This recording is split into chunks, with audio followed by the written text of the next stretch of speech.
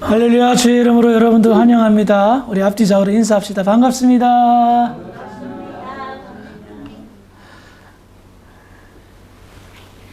금주부터 노아라는 사람을 중심으로 노아 강해를 시작하도록 하겠습니다. 아마 여러분들 노아라는 사람이 누군지 모르는 분들은 없을 겁니다. 헐리우드 영화에서도 노아라는 제목으로 홍수 심판에 관한 영화를 제작해서 만들었기 때문에 아마 세상에 많은 사람들이 노아를 잘 알고 있습니다. 노아하면 떠오르는 것이 뭐죠? 크게 두 가지로 볼 수 있을 텐데, 하나는 홍수 심판, 하나는 방주, 이렇게 떠오를 수가 있겠죠.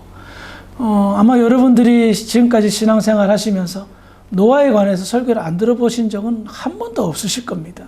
제가 믿음의 사람들 할 때도 노아라는 것을 한 부분 채택해서 제가 말씀을 나눴던 기억도 있는데요. 그런데 왜 이렇게 잘 알고 있는 노아에 관해서 제가 말씀을 준비하게 됐냐면, 첫 번째로 요즘 세상 돌아가는 걸 보니 참 마음이 무겁습니다. 지구촌 곳곳에서 재앙과 전쟁과 기근과 이런 모든 것들이 과거 예수님이 예언하셨던 세상의 끝이 올 때에 나타나는 일반적인 현상들이 우리 피부로 느껴지기 때문입니다. 그러면서 제가 노아 강해를 준비하면서, 아니 노아 시대나 지금 시대나 수천 년 전의 일이었지만 그럼에도 불구하고 비슷하다 느낌이 그냥 오는 거예요. 그때나 지금이나 차이가 없는 것을 느꼈습니다. 그 차이가 없는 것은 무엇이냐? 세상은 번영하고 있는데 믿음은 쇠약해지는 그런 모습들 때문이었습니다. 두 번째로 노아 강해를 준비하게 된 이유는, 당시 노아 시대의 사람들은 하나님의 뜻대로 살지 않았습니다. 하나님의 말씀대로 살지 않았습니다. 그래서 하나님의 뜻이 무엇이고 이 시대를 향한 하나님의 마음이 어떻다라는 것을 전혀 깨닫지 못했습니다. 그 결과 홍수 심판이라는 엄청난 결과를 맞이하게 됐는데, 제 느낌이 그래요. 목회 현장에서 교회들을 바라보고 기독교인들을 바라봤을 때에 하나님의 뜻과 마음을 헤아리고 깨달으려고 하는 노력과 애씀이 상당히 부족하다는 시대를 제가 느끼고 있습니다. 여러분, 교회에서 신앙생활하고 설교 시간에 목사가 말씀을 전달하는 것, 가장 궁극적인 이유가 뭡니까? 하나님의 마음을 깨닫게 하는 거예요. 하나님의 뜻을 알게 하는데 제가 필요하다는 겁니다. 그래, 여러분도 어떻습니까?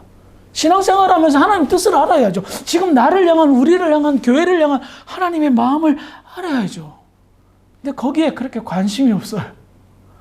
그래서 이 노아 시대의 모습들을 보면서 이 말씀을 전해야 되겠다라는 생각을 가져보았습니다. 우리 예수 믿는 사람들이 우리를 향한, 더 나아가 이 세상을 향한, 세상에 일어나고 있는 크고 작은 사건들을 향한 하나님의 마음을 적어도 예수 믿는 사람이라면 알아줘야 되지 않을까요? 그러므로 노아라는 인물을 중심으로 해서 당시 세상은 어떤 세상이었고, 또 현대를 살아가는 우리는 어떤 세상을 살아가고 있으며, 더 나아가 이 시대를 살아가고 있는 우리를 향한, 교회를 향한 하나님의 마음, 하나님의 뜻을 말씀을 통하여 살펴보도록 하겠습니다. 먼저 노아 시대가 어떤 시대였는지 그 배경들을 한번 살펴보기를 원하는데요. 창세기 6장 1절의 말씀을 한번 읽어보겠습니다. 시작.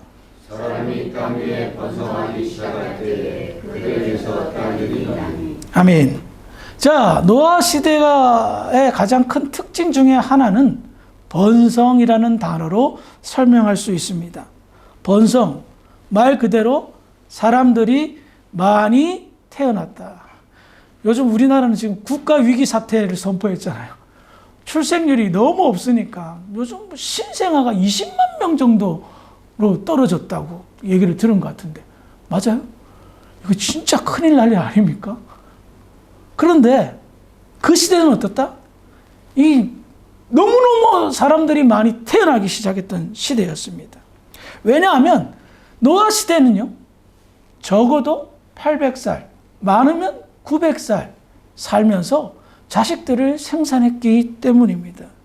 그런데 이렇게 번성하게 된 이유는 무엇보다도 하나님의 은혜였습니다. 생육하고 번성하라. 창세기 1장 28절에 그 명령에 따라서, 그 선포에 따라서 하나님은 인간이 생육하고 번성할 수 있도록 축복하셨던 겁니다. 그런데 왜 하나님께서는 인간에게 생육하고 번성하라는 축복을 제1의 명령으로, 사명으로 주셨을까요? 그거 아세요? 그 증거를 찾아보겠습니다. 창세기 5장 1절과 2절입니다. 시작. 이것은 하나님의 계보를 적은 책이니라.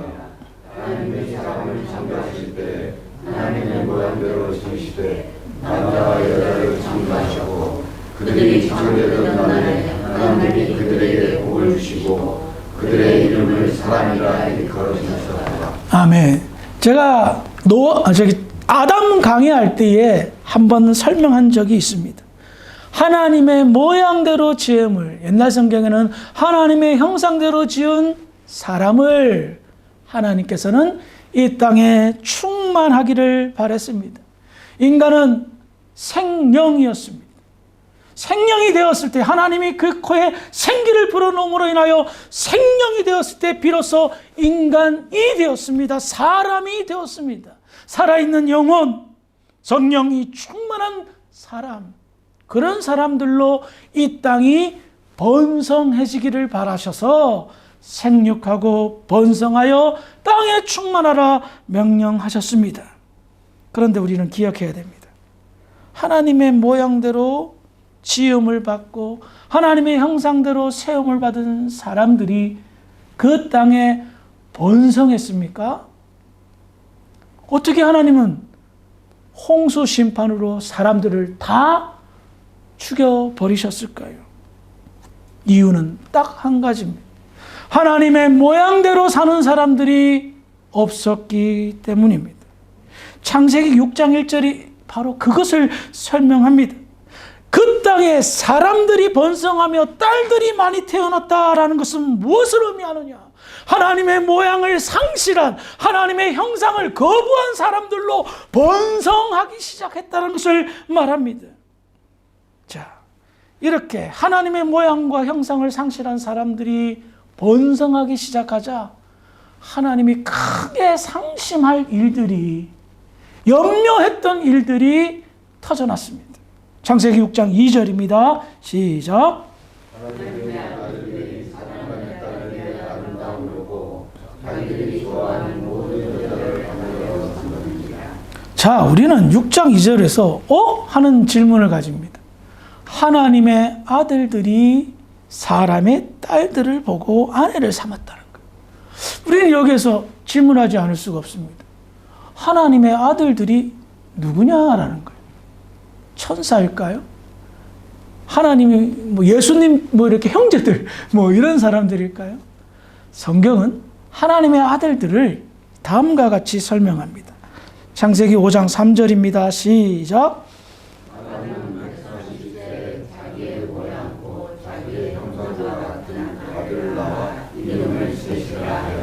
자, 130살의 아담이요, 가인과 아벨 이후에 셋을 낳았습니다. 그런데 이 셋을 낳았을 때 표현이 참 묘합니다. 자기의 모양, 즉 아담의 모양, 곧 자기의 형상과 같은, 아담의 형상과 같은 아들이라고 표현하고 있습니다. 표현이 좀 너무 거창해요. 그냥 이렇게 자기를 쏙 빼닮은 아들. 우리 웅진이가 저하고 쏙 빼닮았잖아요. 살만 빠지면 저하고 똑같이 생겼어요. 쏙 빼닮은 아들이라고 말하면 되는데, 아빠 판박이다라고 말하면 되는데, 그렇게 말을 하지 않은 거예요. 반복하여 아담의 모양을 닮았다, 아담의 형상을 닮았다라고 표현하는 이유가 뭘까요? 조금 전에 읽었던 창세기 5장 1절을 봅시다. 시작. 이것은 아담의 계보를 적은 책이니라. 하나님이 사람을 창조하시되 하나님의 모양대로 지으시고. 사람을 창조하실 때, 여기서 사람은요, 아담입니다. 아담은 원래 이름이 사람이에요. 아담을 창조하실 때의 하나님의 모양대로 지었다라고 말합니다. 그리고 아담이 낳은 아들 셋이 아담의 모양과 형상을 닮았다라는 이 말은 아담이 가지고 있는 하나님의 형상을, 아담이 가지고 있는 하나님의 모양을 그대로 닮았다라고 표현하는 것입니다.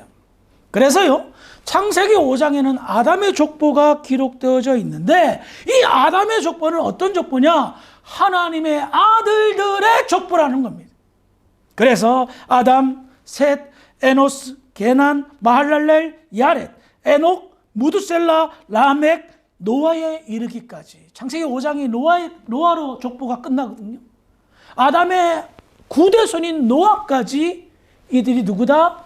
하나님의 형상을 닮은 하나님의 아들들의 계보를 이야기하고 있다는 겁니다. 그렇다면 하나님의 아들들, 아담이 130세에 셋을 낳고 죽을 때까지 930살이 죽었는데 그때까지 다 애들을 낳았는지는 모르겠지만 아마 오랜 기간 동안 자녀를 생산했는데 딱 셋만 언급되어졌어요. 아무튼 여러분, 그렇다면 이와 같은 하나님의 아들들, 하나님의 형상을 닮은 이 아들들은 어떤 삶을 살았을까요? 창세기 5장 29절입니다. 시작.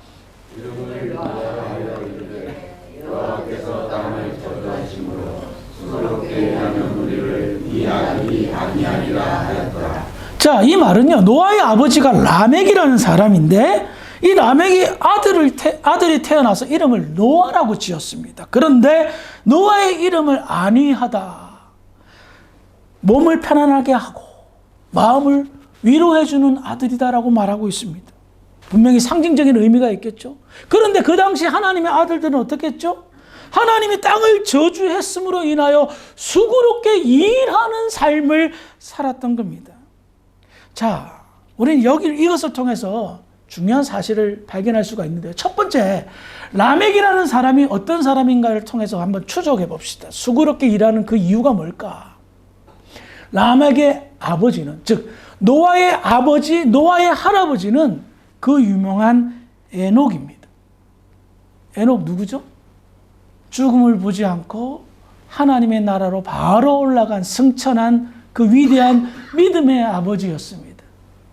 가장 가까이에서 라멕은 그의 아버지 에녹의 삶을 보았습니다. 하나님과 동행하는 삶. 당시 사람들이요, 추풍 낙엽처럼 믿음이 떨어진 그 시대에 에녹만큼은 하나님을 동행했습니다. 하나님이 그에게 은혜를 입혀서 하나님과 동행하는 삶을 살았습니다. 그것을 아들인 라멕이 가장 가까이서 보았습니다.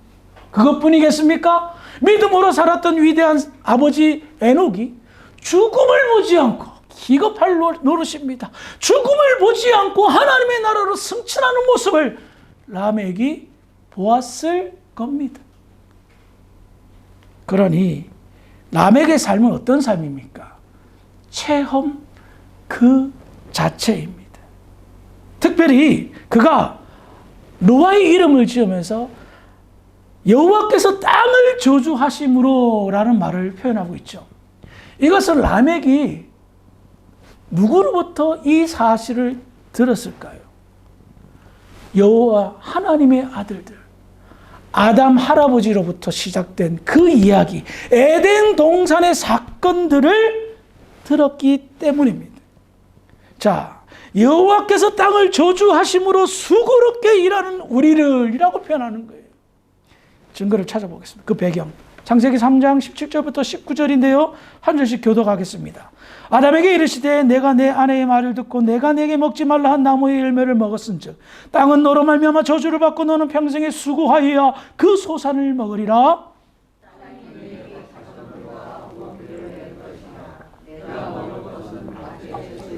같이 있습니다. 내가 흙으로 돌아갈 때까지 얼굴에 땀을 흘려야 먹을 것을 먹으리니 내가 그것을 취함을 입었음이라. 너는 흙이니 흙으로 돌아갈 것이라 하시니라. 평생에 수고하여야 땅의 소산을 먹고 땀을 흘려야 먹지만 결국은 흙으로 돌아가는 하나님의 아들들의 상황들. 그런데 이 이야기를 아담 때부터 시작하여, 아담이 930살을 살았으니까 아마도 정확하게 제가 계산은 못했는데 에녹 시대까지 살았을 가능성이 큽니다. 그렇다면 라멕도 할아버지 부대손, 8대손 아담의 이야기를 직접 들을 수도 있었고요. 나중에 정확하게 계산해 볼게요. 그럼에도 불구하고 어쨌든 이 이야기는 전승되어서 하나님의 아들들에게 계속해서 수고를 일해야 된다. 땀 흘려 일해야 된다. 이것이 우리의 사명이다. 하지만 고생스럽다. 에덴 동산에서 있었던 그 화려하고 행복하고 여유롭고 풍부했던 그 시절의 이야기를 들으면서 우리는 수고롭게 일하고 애쓰는 이유가 바로 범죄함으로 말미암아 생겨난 일이지만 그럼에도 불구하고 하나님의 아들들은 뭐다? 하나님이 약속하신 회복의 약속. 안위하리라. 내 마음이 편하고 내 육체가 편안해질 것이라는 그 약속을 믿었다는 너무나도 확실한 증거를 노아의 이름에서부터 알 수가 있었습니다. 그래서 그 하나님의 약속을 기다렸던 사람들이 바로 하나님의 아들들이었습니다. 노아가 태어난 후에 그 사람들은, 하나님의 아들들은 노아를 바라보았습니다. 그가 내 몸을 편안하게 하고 우리의 마음을 위로해 줄 하나님의 약속의 증인이다, 증거라고 생각하며 위로받고 살았던 겁니다. 그러니 노아의 탄생의 배경에는 하나님의 아들들의 삶의 모습이 고스란히 담겨져 있었던 거예요. 땀 흘려 일하고 수고로 일하고 그럼에도 불구하고 지치지 않고 끝까지 하나님의 약속을 믿고 성실하게 믿음으로 살았던 사람들이 하나님의 아들들이었습니다. 그런데 이런 하나님의 아들들이 땅에 번성했으면 좋겠지만 하나님의 형상을 닮은 사람들이 점점 변질되어져 가기 시작합니다.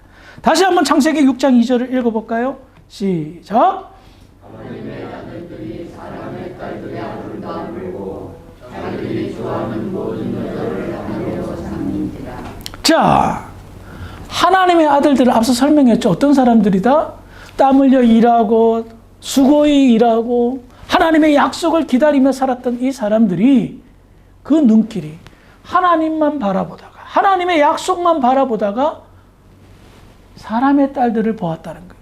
이 보았다라는 이 표현은요, 세밀하게 유심히 마음을 두고 보았다라는 이야기입니다. 그냥 흘려보는 것이 아니라. 그러면 이 사람의 딸들은 어떤 사람들이었을까요? 결론부터 말하면 가인의 후손들입니다. 이 가인의 후손들은 하나님의 모양을, 하나님의 형상을 상실했던 사람들입니다. 이들은 어떤 삶을 살았을까요? 먼저 창세기 4장 19절입니다. 시작.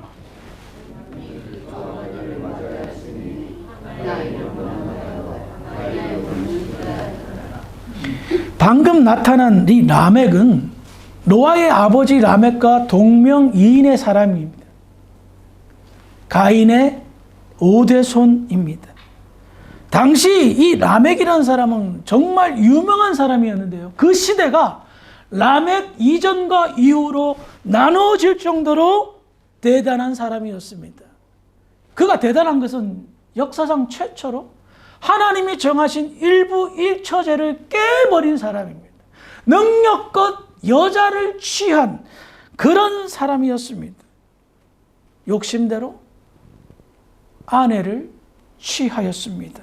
그래서 2명의 아내를 맞이했다. 아다와 셀라였다라고 말합니다. 그런데 이 라멕이 그 이전과 이후로 나눠진다는 가장 중요한 이유가 여기에서 나타납니다. 라멕의 자녀들입니다. 창세기 4장 20절부터 22절인데요. 한 절씩 교독하겠습니다. 아다는 야발을 낳았으니 그는 장막에 거주하여 가축을 치는 자의 조상이 되었고 그의 아우의 이름은 누바니니 그 수가 풍소를 영한 본자의 조상이 되었으며 같이 있습니다. 실라는 두발가인을 낳았으니 그는 구리와 쇠로 여러 가지 기구를 만드는 자요 두발가인의 누이는 나아마였더라. 라멕 이후에 세상은 급속한 변화를 맞이하게 됩니다. 먼저 결혼 제도가 무너졌습니다. 두 번째로 그의 아들 야벨은 당시 밭을 가는 농경 문화에서 목축 문화를 일으킨 사람이 되었습니다. 그러면 왜 목축 문화를 일으킨 것이 문제가 되었을까요? 아벨 있죠? 가인에 의해서 죽음을 당한 아벨도 양치는 사람이었어요. 목축하지 않았어요? 그런데 그는 그 지역에서만 양을 쳤어요. 여기서 표현이 독특하게 나오는 게 그는 장막에 거주하였다라고 말합니다. 텐트에 거주한 이유는 뭡니까? 이리저리 먹을 것을 따라서 짐승들을 데리고 다녔다는 것을 말합니다. 그러므로 이 야발은요, 곳곳을 돌아다니면서 자신들의 거주를 하였고, 이것이 출발점이 되어 사람들이 흩어져서 자기들만의 세력들을 만들기 시작했던 겁니다. 한 곳에 있지 않고 여러 곳을 개척하면서 떠돌아다니고, 그로 인하여서 자기들만의 세력을 확장하며 만들었던 거예요. 이와 같은 자기 세력의 구분들은요, 당시 양분화되었던 인간 세상에 큰 문제를 야기시킵니다. 왜 그럴까요? 바로 그것이 두발 가인에서부터 시작됩니다. 자, 두 번째로, 두발 가인에 관해서는 나중에 좀 뒤에 설명하겠습니다. 두 번째로 소개된 아들은 유발이라는 아들입니다. 유발은 정말 오늘날로 말하면 예능에 뛰어난 소질을 가지고 있었어요. 수금과 퉁소를 잡은 최초의 조상, 음악을 부르고 노래를 만들고 유흥을 즐겼던 최초의 조상이라는 겁니다. 그러면 이것이 왜 문제가 될까요? 일단은 첫 번째로 유흥 문화를 만든 조상이었습니다. 아니, 노래 부르고 피리 부르고 춤추면서 놀 수 있지, 스트레스 받는데 그게 뭐가 문제야? 요즘 세상은 문제가 되지 않았습니다. 그런데 라멕 시대는 문제가 되었습니다. 당시 하나님의 아들들은 어떻게 살았습니까? 수고롭게 일하고 땀 흘려서 애썼습니다. 그런데 이 사람은 어떻습니까? 게으르고 나태하고 노는 것만 좋아했습니다. 하나님의 아들들의 가장 큰 특징은 수고롭게 일하는 것이었습니다. 그러나 가인의 후손 라멕은 달랐습니다. 라멕 시대에서부터 어떤 일이 벌어졌습니까? 놀고 먹는 일이 벌어졌는데, 여러분, 아무것도 안 하고 놀고 먹을 수 있습니까? 내가 돈이 없고 능력이 없으면 먹을 것이 생겨납니까? 어떻게 해서 이런 일이 벌어졌습니까? 두발 가인의 금속 공해가 시작되면서 금속을 주무름으로 인하여서 생기게 되었던 겁니다. 창세기 4장 22절입니다. 시작.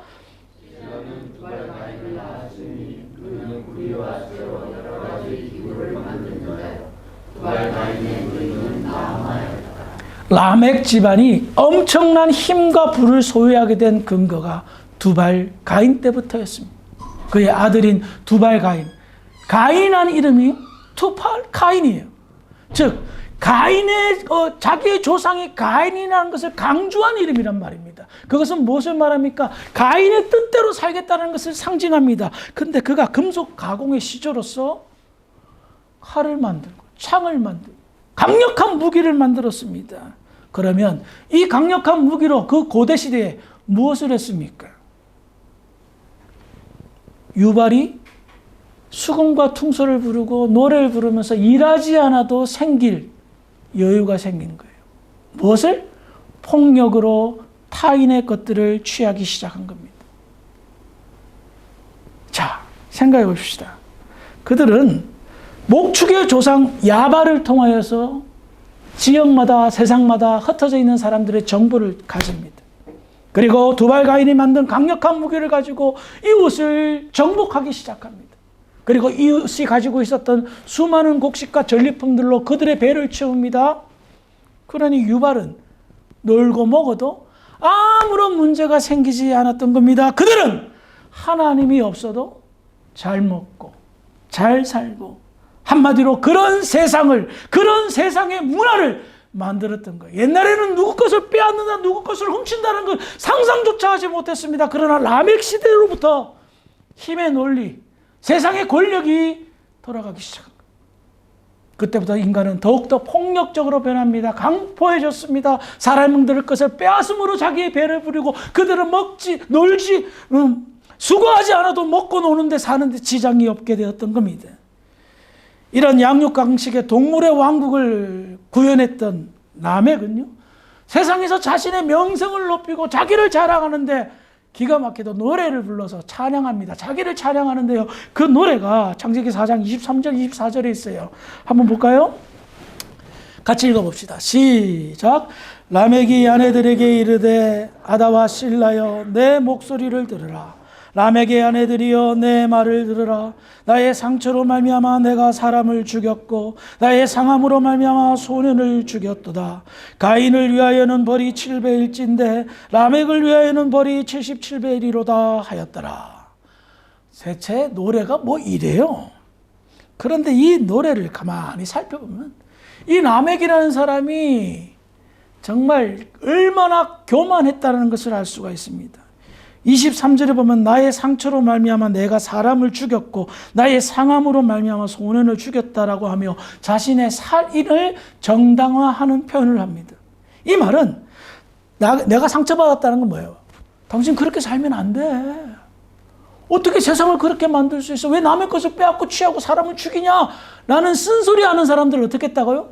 까불지 마 임마 하면서 죽여버린 거예요. 더 나아가 나의 상함으로 소년을 죽였다라는 이 표현은 굉장히 좀 어려운 표현이에요. 이게 왜냐하면 죽였다라는 이 단어가 히브리어로 하락이라는 말인데 이 말이 과거형이자 미래형이에요. 그러니까 문장을 보고 이 해석을 해야 돼요. 죽였다, 죽일 수도 있다라는 겁니다. 그럼 미래형으로 보면 뭐예요? 나에게 도전하면 너 나한테 죽는다라는 소리예요. 까불지 말라는 소리예요. 그리고 과거형으로 보면 나한테 도전했던 그 어떤 소년을 내가 죽였다라고 말하는 겁니다. 그러니 한마디로 말해서 기고만장이 하늘을 치솟는 것이었어요. 그는 이렇게 살인을, 폭력을 찬양합니다. 그리고 나서 한편 더 가관인 것이 뭔지 아십니까? 동생을 죽였던 가인의 벌은 7배인데 나는 77배다라고 말하는 거예요.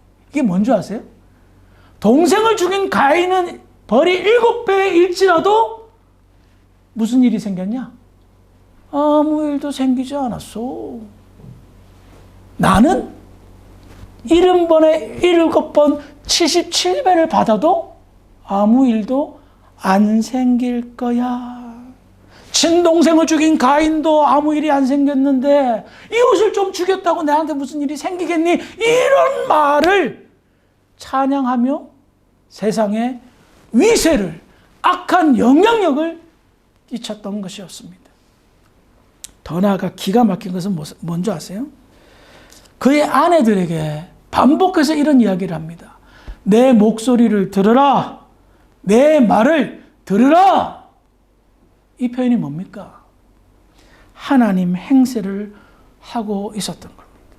절대 권력자가 명령하는 그 명령, 하나님의 행세를 하며 그는 마치 세상에 군주하는 왕처럼 이 세상을 다스렸던 거예요. 그것이 바로 가인의 후손들, 라멕의 후손들, 사람의 딸들이 번성한 겁니다. 그렇다면 당시 여자들은 어떤 생각을 가졌을까요? 힘 있는 사람이 여러 아내를 취합니다. 그러면 여자들의 생각은 힘 있는 사람과 결혼하고 싶겠죠. 그 힘 있는 사람과 결혼을 하려면 어떻게 해야 될까요? 아름답게 꾸미는 겁니다. 야사시하게 자기를 꾸미는 겁니다. 힘 있는 사람의 눈에 들어 어떻게 하든 후처가 되든 첩이 되든 편안한 삶을 살기를 바랬던 거예요. 그러니 이 여인들의 꾸밈이 하나님의 아들들의 눈에 들어오기 시작한 거예요. 우리는 맨날 땀 흘려가지고 일하고 농사 짓고 고생하는데 사람의 딸들은 왜 저렇게 예뻐? 아름답네? 눈이 가는 곳에 마음이 있죠? 그 마음이 변질되기 시작했습니다. 하나님의 아들들이 하나님의 약속을 생각하지 않고 사람의 딸들의 눈에 돌아가고 사람의 딸들과 결혼하기 시작하면서 어떤 일이 벌어졌습니까? 홍수 심판의 단초를 제공하게 되었던 겁니다. 하나님의 아들들이 사람의 딸들과 결혼함으로 발생한 결과는 다음 주에 제가 더 상세하게 나누어 보도록 하겠습니다. 오늘 말씀을 통해서 우리에게 주는 교훈이 무엇입니까? 노아 시대 홍수 심판의 시작이 어디에서부터 시작되었다라고 성경은 말하고 있습니까? 하나님의 아들들이 세상의 딸들에게 눈길을 돌림으로부터 시작했다라고 말합니다. 이 말은 무엇이죠? 하나님의 아들들이 이 세상에 선한 영향력을 끼쳐야 되는데 세상으로부터 오히려 악한 영향력을 받은 겁니다. 와, 우리는 이렇게 힘들게 고생해서 애써서 이렇게 농사 짓고 수고하고 땀 흘리고 온몸에서 땀 냄새 나는데 저 사람들은 노래 부르고 춤추고 오히려 우리보다 풍요롭게 살고 여자들은 왜 이렇게 이뻐? 하며 악한 영향력을 받아들이기 시작한 거예요. 그러자 이 하나님의 아들들의 그 그룹보에 어떤 일이 벌어집니까? 마음이 변질이 생깁니다. 약속이 흐릿해집니다. 그로 인하여 세속화되어지기 시작합니다. 이 세속화란 세상을 사모하기 시작한 거예요. 세속화되어짐으로 인하여 어떤 결과를 맞이하게 되었습니까? 홍수 심판은 이것을 경고하고 있다는 겁니다. 노아 시대의 메시지는 마지막 시대를 향한 메시지였습니다. 모델이었습니다. 하나님의 자녀로 부름받은 우리들, 과거로 표현하면 하나님의 아들들이었습니다. 우리는 하나님의 약속을 믿는 사람입니다. 주님께서 다시 오실 것이라는 그 약속을 믿고 이 세상을 선한 영향력으로 바꾸어 하나님의 약속을 기다리는 모습을 보여주는 믿음의 사람들로 우리를 불렀습니다. 우리의 삶은 사실 영적 알람입니다. 영적 알람입니다. 경고를 보내주는 겁니다. 타락한 세상에 남의 것을 취하고 세상의 쾌락을 뒤쫓으며 정욕과 탐욕 속에 살아가는 사람들에게 경고의 알라르마가 되어야 됩니다. 그런데 어떻게 되어졌죠? 오늘날 문제는 교회가, 성도가 점점 세속화되어진다. 하나님의 아들들이 사람의 딸들에게 눈길을 돌렸듯이 그 눈길 돌림이 이제는 너무나도 쉽게 확인되어지는 그런 시대에 우리는 살고 있습니다. 그러면 이 시대를 향한 하나님의 뜻, 하나님의 마음은 무엇일까요? 그 마음을 노아를 통하여 우리는 발견할 수가 있는 것입니다. 마지막 시대에 하나님의 마음을, 하나님의 경고를 알려주는 영적 알라르마가, 그 영적 알람이 바로 우리가 살아야 될 중요한 이유 중에 하나입니다. 그와 같은 사명을 잘 깨달아서 우리 주사랑교회가, 우리 주사랑교회 성도들이, 그리고 우리 아르헨티나에 있는 이웃의 교회들이 영적 알라르마가 되어 하나님의 마음과 뜻을 전하는 데 부족함이 없도록 믿음을 지키고 약속을 굳게 믿어 하나님의 아들됨의 회복의 역사가 나타나기를 주의 이름으로 축원합니다. 기도하시겠습니다. 거룩하신 아버지 하나님, 은혜를 감사합니다. 금주부터 노아 강해를 통하여서 하나님의 마음과 뜻을 헤아리기를 소망합니다. 우리의 영의 눈이 열리고 그리하여 하나님의 뜻을 깨닫고 하나님의 마음을 전달하는 데 쓰임받는 우리 주사랑교회 모든 성도들, 권속들 될 수 있도록 주장하여 주시옵소서. 영적 알림이 되기를 간절히 소망하옵고 우리를 구원하신 예수님 이름으로 감사하며 기도합니다. 아멘.